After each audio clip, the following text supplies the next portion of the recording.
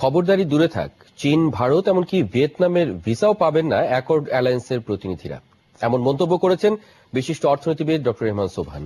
তার মতে সরকারের দুর্বলতার সুযোগ নিচ্ছে তারা। রাজধানীর ব্র্যাকিন সেন্টারে পোশাক খাতে কর্মপরিবেশ নিয়ে এক সংলাপে এসব কথা বলেন তিনি। এই ইস্যুতে বাড়াবাড়ি না করতে অ্যাকর্ড অ্যালায়েন্সের প্রতি আহ্বান জানান শিল্প মালিকরা।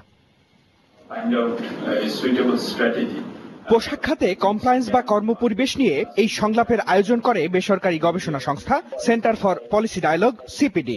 এতে গবেষণাপত্র উপস্থাপন করেন সিপিডির অতিরিক্ত গবেষণা পরিচালক ডক্টর খন্দকার গোলাম মোয়াজ্জেম। বলা হয়, কর্মপরিবেশ নিয়ে ক্রেতা বিক্রেতা সহ সব পক্ষকে একসাথে কাজ করতে হবে।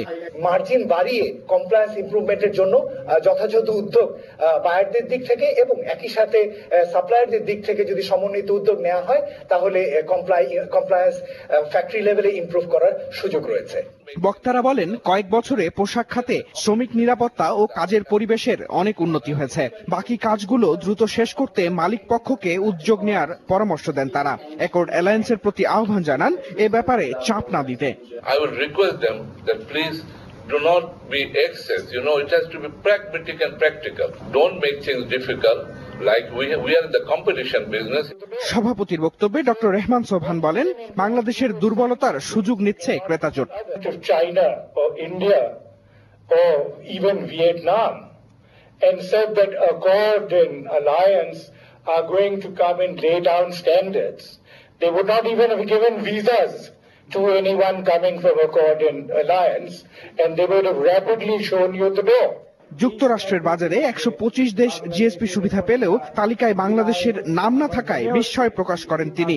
সব দেশের অবস্থা তো বাংলাদেশে থেকে তো অত কিছু সাংঘাতিক ভালো নাই। তো ফেয়ার এন্ড জাস্ট সমাজ ও পৃথিবীর মধ্যে তো আমার জিএসপি ফ্যাসিলিটিস কে সবের কম্প্যারিজনের মধ্যে তো দেখতে হবে। ঠিক কোন কারণে বাংলাদেশকে জিএসপি দেওয়া হলো না তা যুক্তরাষ্ট্রের পরিষ্কার করা উচিত বলে মন্তব্য করেন ডক্টর সোবহান। হাতি, ঘোড়া, ছাগল সবকে দিয়েছে, but they have not given it to Bangladesh. Now obviously Qureshi Sanin, Jamuna news, Dhaka. রাজনৈতিক কারণে নয়, বাংলাদেশের জিএসপি